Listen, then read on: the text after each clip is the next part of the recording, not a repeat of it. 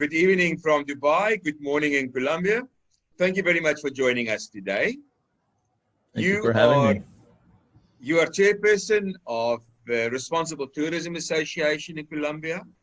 And today we're talking about biodiversity and tourism and the balance between tourism and nature.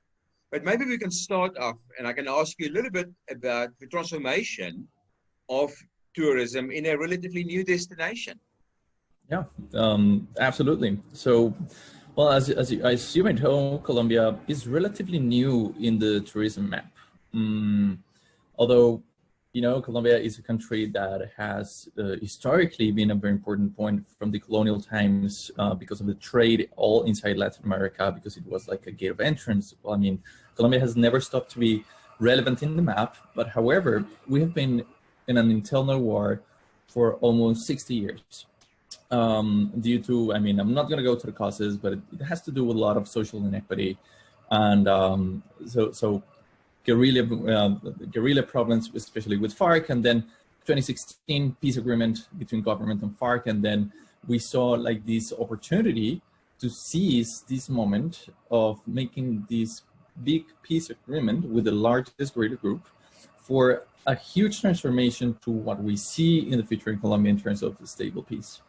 So even before the peace agreement, things were changing for the better. Colombia started to see a social transformation going on in different parts of the territory. And there's very interesting cases, for example, in the city of Medellin with all these social innovation that the city has gone through, and it has to do with urbanism and architecture. And in other rural areas, there are amazing cases of social transformation even before the peace agreement. So that started to be a draw for visitors. And Colombia had been, in a way, preserved because of the fact that we hadn't had much tourism in the early 90s, early 2000s, only started to ramp up after, I would say, 2010, 2011 was the moment that we started to see an increase in international tourism. So because of that, it's something that we call the green side of war. So war has preserved a lot of areas in the country. If we compare to other countries like neighboring Brazil or Peru, or even Ecuador, that have, they haven't had this problem with war. So the development brought by agriculture, like livestock industry and other industries that are extracting nature has advanced a lot. In Colombia, we don't see that case. Of course, we have a lot of problems that has to do with diversity, deforestation, but not as large as our neighbors. So we're in this moment that Colombia is opening and has so much to offer. Also, in terms of culture, it's a very similar thing. Colombia is a country that, because of its geography, you know, in Colombia, we have a point in the south of Colombia crossing with Ecuador with the Andes, just breaking to 3 mountain ranges. So these vast geographical settings and the way that the Andes are just breaking the country in 3 and everything is so isolated in a way, it creates the conditions for culture and nature that is very well preserved. So the industry has been leveraging on this preservation to really bring to the world something special. You really have a unique opportunity not to repeat some of the mistakes made in other parts of the world and building it from the outset in a way that balances nature, people, and tourism growth. So let's turn to the impact on communities, because often communities bear the opportunity cost for the assets we sell in the tourism industry. And it should provide sustainable alternative livelihoods to unsustainable practices. How do communities benefit, and how does that benefit biodiversity and nature? Well, I think tourism has a very interesting feature as an industry that can compete with other industries, and is that tourism has very low entry barriers. Some people say it as a negative thing. I see it as a very positive thing, because that means that, let's talk about a specific community that has been kind of remote, a bit isolated, where the opportunities of development don't reach. Even the presence of the state is not that strong. However, tourism can reach geographies where other kind of industries or opportunities can't reach. Second, if you are a community and you have this trail and you have like this species of bird that is something that is already there, you have your culture, your music, your food, you already have something very valuable. You already have the asset that you need to incorporate into tourism value chain if you know how to value it and if you know how to communicate it. So that's the thing with tourism. Tourism, due to the low entry barriers, it spreads the opportunities across the territory. So tourism can be really this economic force to provide for an alternative to war-related economies. When we talk about war-related economies, I'm talking about narco trafficking, and also the whole supply chain of narco trafficking, and also war-based economies. Basically, you know, since in Colombia, a lot of parts in the country were basically run by guerrillas, so the economy was based on war. So tourism can actually come and offer alternatives for local for sustainable development, which no other industry, and again, in some cases, even the presence of the state is not there, tourism can reach. So besides leading the Responsible Tourism Association in Colombia, you're also represent industry. You're an industry leader in your own right, a CEO and co-founder of Impulse Travel. How do you see travelers respond to responsible tourism? Is there growing demand? And then also immersive travel? Well, the thing, Sean, is that the travelers are actually more sensitive to and a bit more knowledgeable about the fact that they traveling creates an impact, environmental, and also can create a positive impact according to the decisions they make with the kind of services they hire. So there's a growing awareness, but I wouldn't say that there's a growing demand for sustainable tourism per se. I mean, the demand, I would say that it's only a niche of travelers that say, I focus on traveling sustainably. People when travel, they're on their holidays.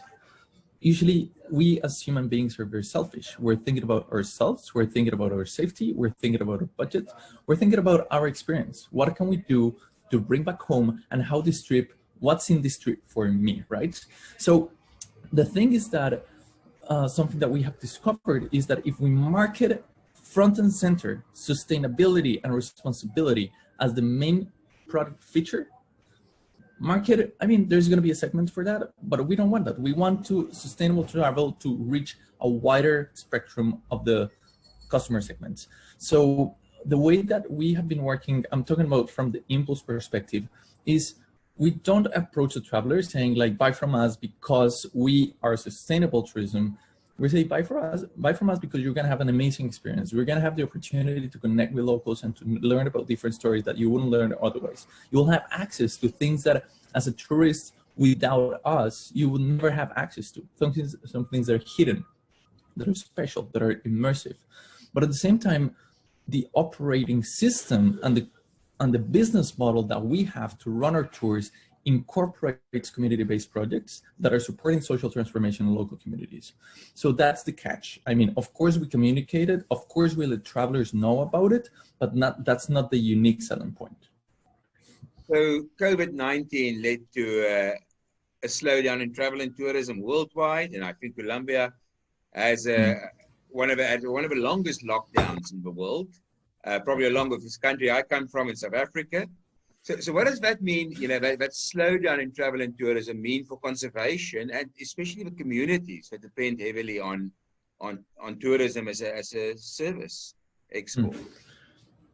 Well, there's so many different cases, Sean. So generalizing here is hard, but I can talk about what I have seen from my personal perspective and from the perspective of Impulse. So of course, we saw suddenly someone just turned off the switch of tourism just overnight. So we were having a very good year in Colombia. Last year, we saw like a 5% increase in international visitors. We were aiming to a similar figure for 2020. And then March, then the tourism demand dropped. And so since a lot of communities were already depending on tourism, we have seen communities going under very difficult circumstances economically, at the beginning especially. But now what we have seen is that, and I can speak for Colombian, is that our people have been used to so many hard hits, and the resiliency is so much engraved in our genes that over just a few months, we started to see the projects that we work with that were dedicated to tourism coming up with many different ideas that were not necessarily related to tourism. Some of them going to work the land, some of them coming up with even salsa Zoom classes for one of the projects in Medellin. Others were just doing gastronomy and selling that online and to friends. So we started to see how they have been coming up with different ideas to be not depending on tourism. And we started to support this process and we formulate a program called Leaders of Change, which we are hoping to support 15 community-based organizations to pivot their business model so it's not dependent on tourism. And we have had help from Colombia, from Tourism Cares, from Booking.com to fund this project. And right now we are in the middle of this project, and we're seeing how these community-based projects really have a lot to say. And this, as I said before, this resiliency and this capacity to come up with something different has something that has been mind-blowing. I love his resilience of a human spirit and triggering innovation. So easily just sit back and wait for somebody else to solve it. Yeah, well, that's not to say, I mean, that's a general idea, and that's the best possible ideas. Of course, there are some cases that have not been exactly like this. Of course, there are communities that are having a hard time making their ends meet. You know, it's very hard for a lot of people. A lot of people are suffering. So I don't want to generalize this. I'm just talking about from the more appreciative and the more optimistic part of what we have witnessed in the pandemic. Well, thank you so much for spending time with us this evening. Best of luck with rebuilding and pivoting and with building the responsible tourism sector. Thank you. Okay, Sean. Thank you so much.